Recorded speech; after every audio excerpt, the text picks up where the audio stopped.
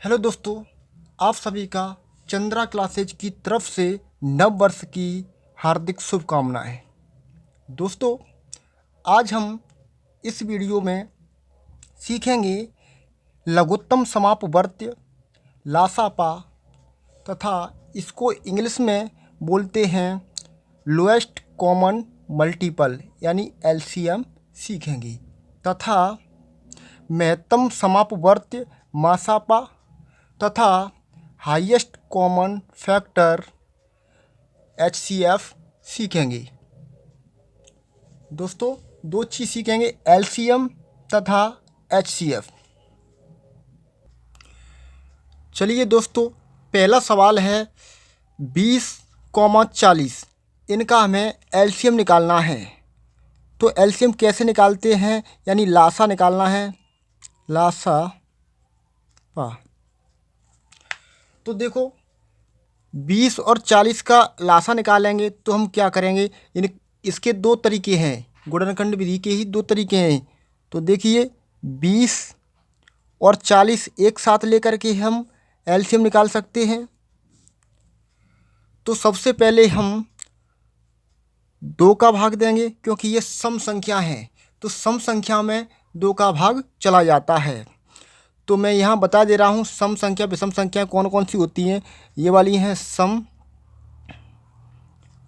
और ये हैं विषम।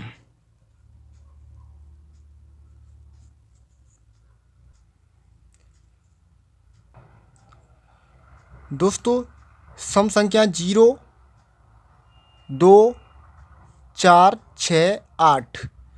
विषम संख्या 1, 3, 5, 7, 9। यानी ये किसी संख्या के पीछे अगर ये नंबर आते हैं, ये वाले आते हैं तो सम संख्या में पीछे से, और ये वाले नंबर आते हैं तो विषम संख्याएं होंगी। तो चलिए, सम संख्या है, सम संख्या मतलब 2 से डिवाइड होगी, यानी 2 से भाज्य होगी, 2 का भाग इसमें चला जाएगा सम संख्याओं में प्रत्येक में। तो यहाँ देखो, पीछे 0 आया है, इसके पीछे 0 है, तो इसका मतलब ये सम संख्या है। इसका 2 में, इसका 20 का 2 में भाग चला जाएगा।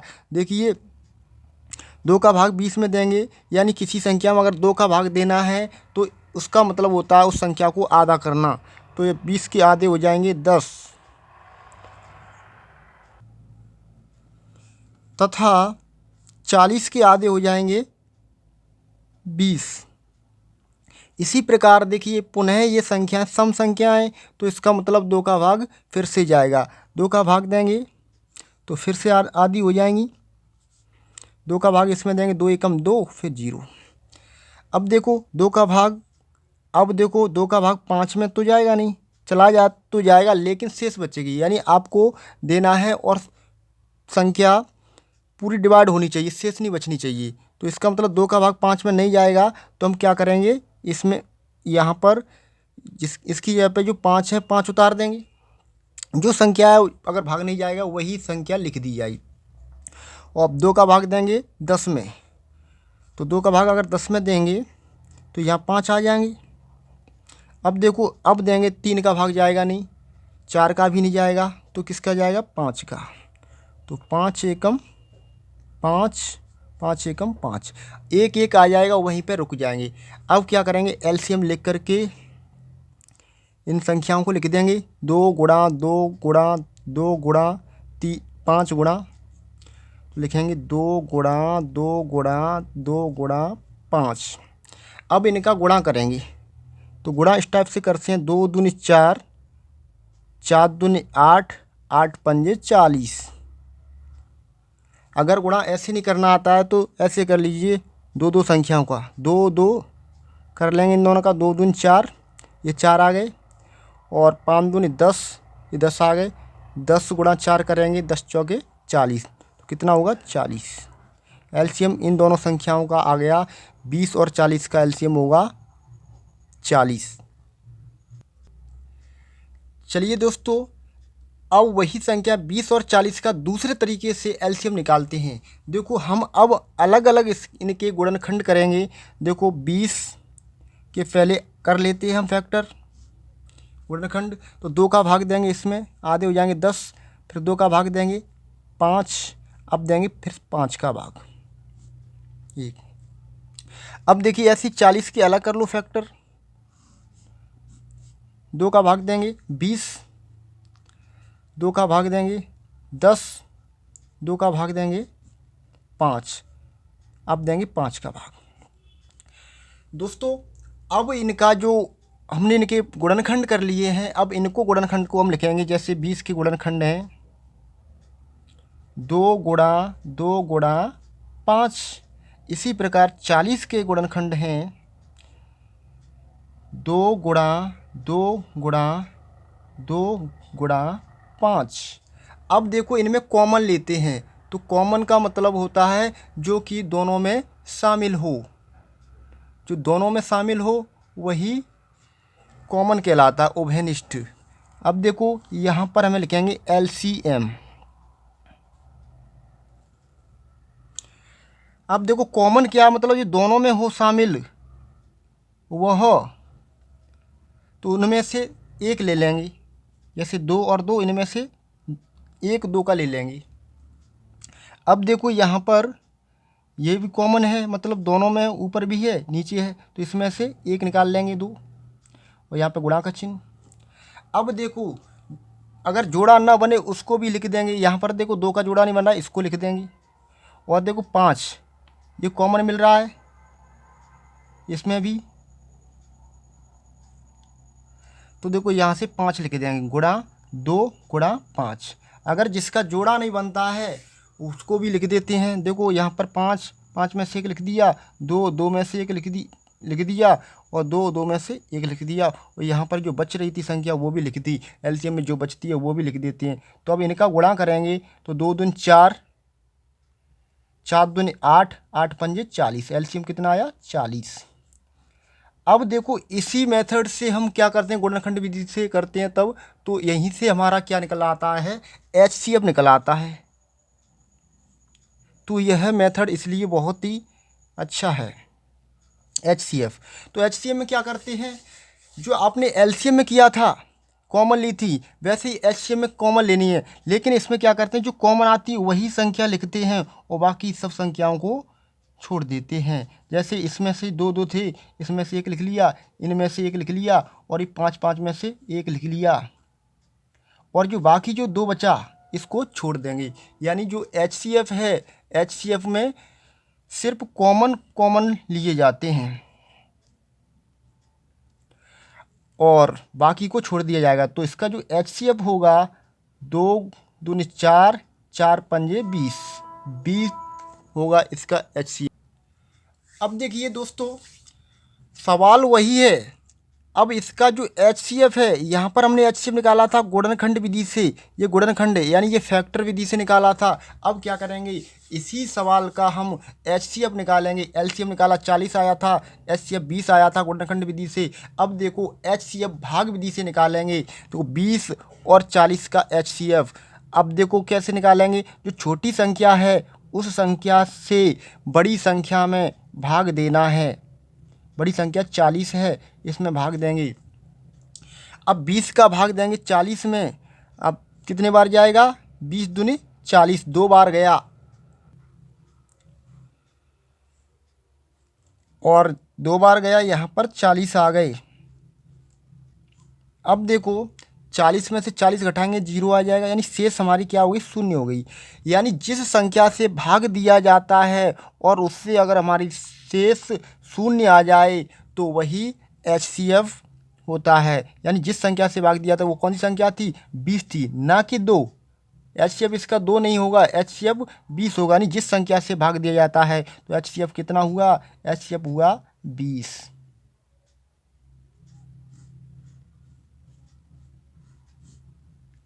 दोस्तों अब नेक्स्ट सवाल देखते हैं। दोस्तों अगला सवाल है हमारा 18 और 36।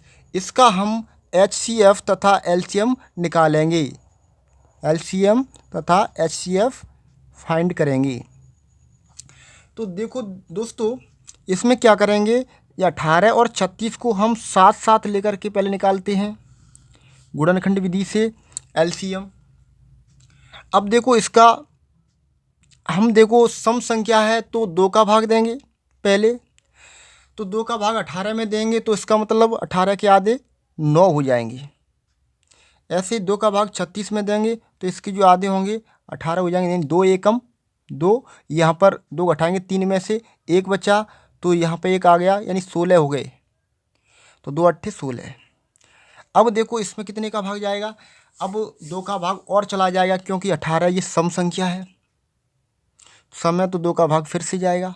तो 2 का भाग 9 में तो नहीं जाएगा, तो 9 में नहीं जाएगा तो 9 ज्यों का त्यों उतार देंगे। अब 2 का भाग 18 में देंगे, फिर से 9 आ गए। अब क्या करेंगे, अब इसमें 3 का भाग चला जाए, 9 में 3 का भाग चला जाता है। अब हम 3 का भाग देंगे, 3 त्रिक के 9, 3 त्रिक के 9, फिर से देंगे 3 का भाग, 3 एकम 3, 3 एकम 3। अब क्या करेंगे, यहाँ पे लिख देंगे एलसीएम बराबर 2 गुणा 2 गुणा 3 गुणा 3। अब इनका गुणा कर लो, 2 दून 4, 4 तीजे 12, 12 दून 12 तीजे 36। तो एलसीएम कितना हुआ 36। तो इसका दूसरी विधि से और एलसीएम निकालते हैं। तो दूसरी विधि से निकाल रहे हैं। अब देखो 18 है, 18 सम संख्या, 2 का भाग चला जाएगा इसमें, 2 का भाग देंगे तो 9।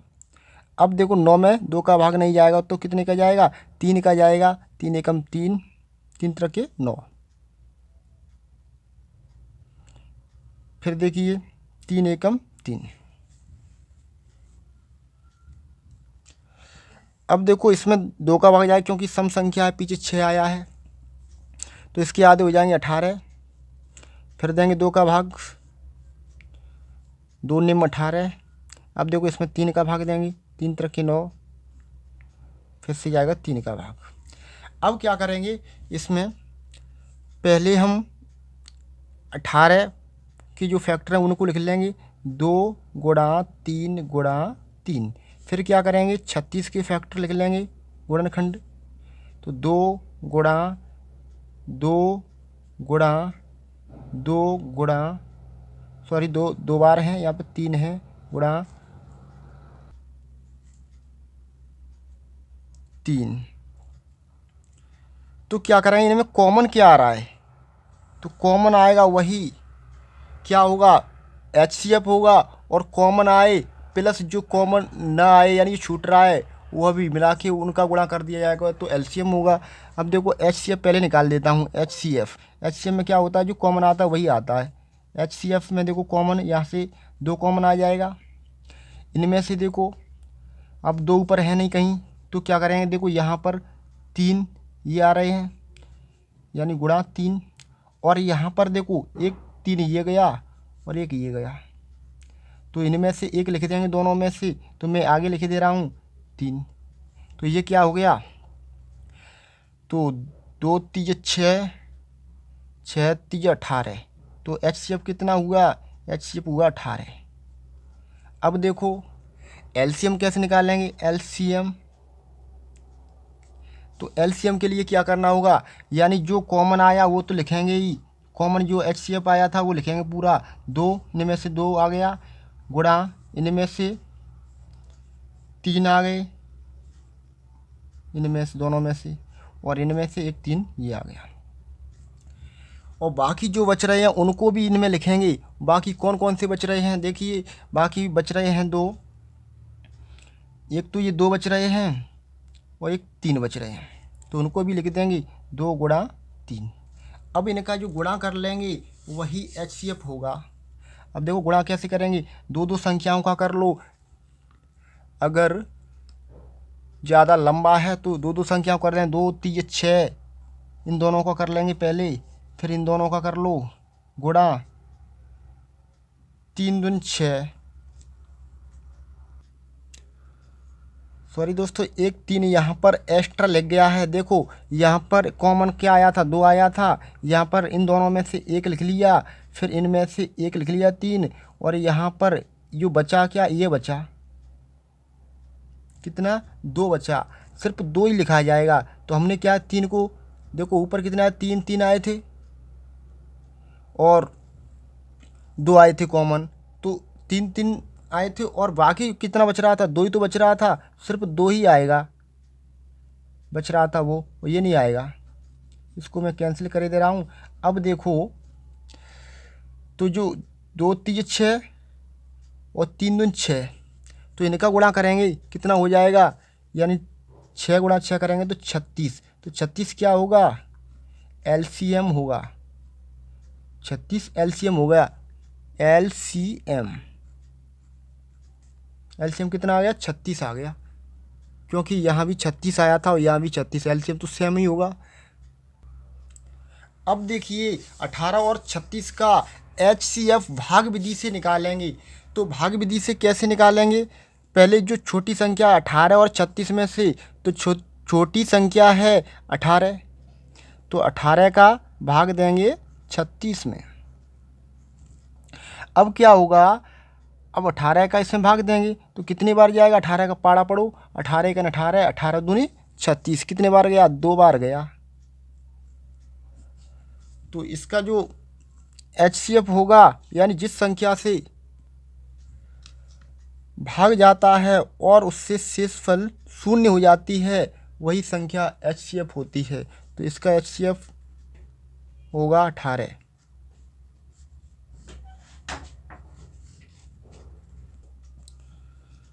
एचसीएफ के लिए मैंने अगला सवाल और ले लिया है, वो है 45 और 90 का एचसीएफ निकालो। तो 45 और 90 का एचसीएफ निकालेंगे तो देखो जो छोटी संख्या है उसका भाग देंगे, छोटी कौन सी है, 45 है, तो 45 का भाग देंगे 90 में।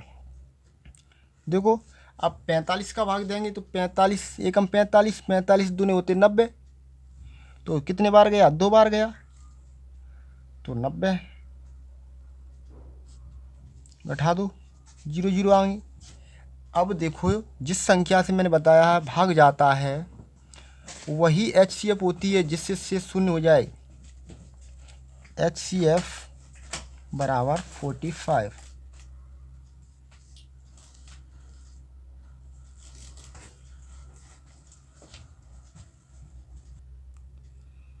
चलिए अगला चौथा सवाल है, तो इसमें एलसीएम निकालना है हमें। तो एलसीएम कैसे निकालेंगे, देखो संख्या 3 है, 5 15 20, 5 15 20, तो हम इन तीनों को एक साथ लिख के निकालेंगे। पहले 15 5 15 20, इनको एक साथ लिख लिया। अब एलसीएम निकालेंगे तो सबसे पहले किस संख्या का भाग देंगे। अब देखो ये तो विषम संख्या है, ये भी विषम संख्या है और ये सम संख्या है। सम संख्या है तो इसका मतलब 2 का भाग जाएगा, पहले छोटी संख्या का भाग देंगे। तो छोटी संख्या होती है 2, 2 का भाग 5 में तो जाएगा नहीं, 5 उतार देंगे। 2 का भाग 15 में नहीं जाएगा तो हम क्या करेंगे, 15 उतार देंगे। तो 2 का भाग 20 में चला जाएगा, हाँ चला जाएगा। तो 2 का भाग अगर 20 में जा रहा है तो इसका मतलब 20 के आधे हो जाएंगे 10। तो देखो 10 फिर से सम संख्या आ गई, तो इसका मतलब फिर से जाएगा 2 का ही भाग। तो जिसमें नहीं जाता वो संख्या उतार दो। अब 2 का भाग दे दो 10 में, 5 हो गए। अब देखो 5 में तो 5 का जाता है, लेकिन 15 है, 15 में भी 3 का भाग चला जाता है। कैसे चेक करें, देखो 5 और 1 6 हो गई, 5 यानी अंकों को जोड़ दिया, 5 और 1 6, तो 6 में 2 का चला 3 का भाग चला जाता है, 6 में 3 का भाग जा रहा, तो इसका मतलब क्या है, 15 में भी 3 का भाग जाएगा। तो पहले हम 3 का भाग देंगे। तो 3 का भाग 5 में तो जाएगा नहीं, तो 5 उतार देंगे।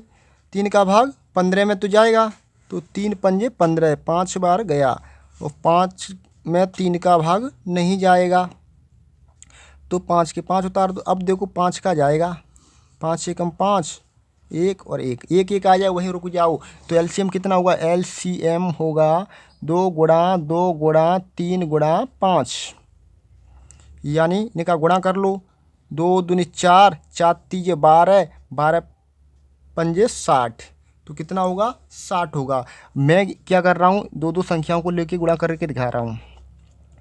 देखो 2 दूनी 4, 4, फिर ये गुणा का चिन्ह लगाओ, 2 3 पंजे 15। अब क्या करेंगे, अब 4 का गुणा 15 से करेंगे तो 15 का मैं पाड़ा पढ़ दे रहा हूँ 4 बार, 15 चौके 60, एलसीएम होगा 60। अब देखो इनको मैं अलग अलग संख्या लेकर के एलसीएम निकालूंगा। तो 5 को अलग ले लो तो 5 के गुणनखंड करेंगे। तो सवाल लिख लो पहले 5, 15 और 20। तो 5 के गुणनखंड करेंगे, 5 एकन 5, 15 की करेंगे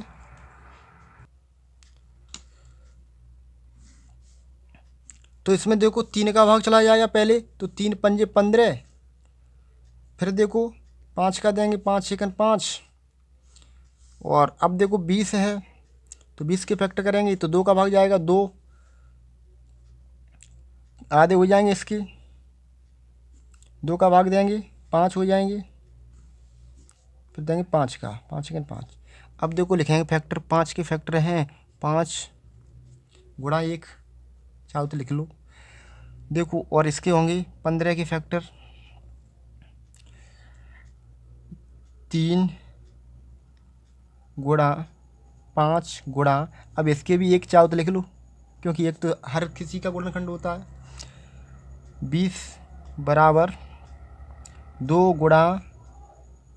गुणा 5 और गुणा 1 लिख लो इसका भी। अब देखो जो कॉमन आए वो भी होगा और जो कॉमन ना आए वो भी होगा। अब देखो ये 3 संख्याएं आ गई तो क्या करेंगे, पहले ऐसा करो 2 संख्याओं को कॉमन ले लो पहले, या फिर तीनों का देखो तीनों में जो कॉमन हो, जैसे कि यहाँ पर कॉमन क्या तीनों में ये कॉमन है 1 1, तो हम क्या करेंगे 1 1 कॉमन है तो इन 1 1 को पहले लिख लो, फिर गुणा इन तीनों में कॉमन क्या है 5 5 है तो हम 5 लिख देंगे और गुणा। इसके बाद अब तीनों में कुछ कॉमन है नहीं है, देखो यहाँ पर 3 है, यहाँ 2 है, यहाँ 2 है, तो कॉमन जो नहीं आ रहा उनको सभी को लिख दो, क्या नहीं आ रहा ये 2, फिर गुणा यहाँ देखो 3 है, 3 गुणा और 2। अब इनका आपस में मल्टीप्लाई करा दो, वही होगा एलसीएम। 2 3 6,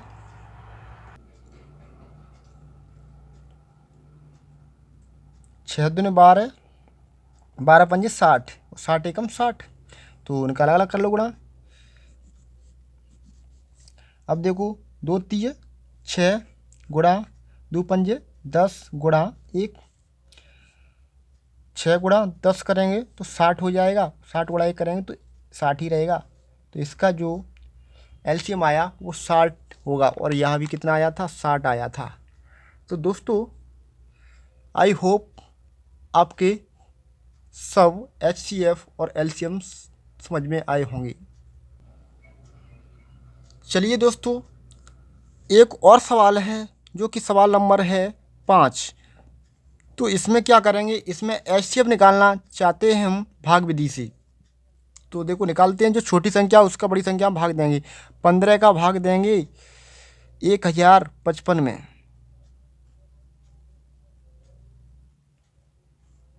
तो दीजिए। तो 15 का भाग देंगे 1 से 5 है तो इसमें तो चला जाएगा, क्योंकि 10 में देंगे तो 10 में नहीं जाएगा तो हम एक और अंक ले लेंगे, यानी 1 से 5 हो गए। 15 का पाड़ा पढ़ो, 1 से 5 से आगे नहीं निकल जाए तो 15 सत्ते 1 से 5 होते हैं, 15 का भाग जाएगा 7 बार तो 1 से 5 आ गए। तो हम क्या करेंगे, तो घटाएंगे तो कितना 0 0 0। अब अंक उतारेंगे किसका 5 का, तो देखो 15 का भाग 5 में चला जाएगा, नहीं जाएगा। तो क्या करें, भाग टूटी बिंदी लगा करके, अब कोई और अंक है नहीं आगे, इस वजह से भाग टूटी बिंदी लगा दी और यही शेष होगी। अगर जो शेष आए तो क्या करेंगे, जिससे भाग दिया था उसमें फिर उसी शेष से भाग देना होगा। 5 शेष आई है तो 5 से भाग देंगे 15 में।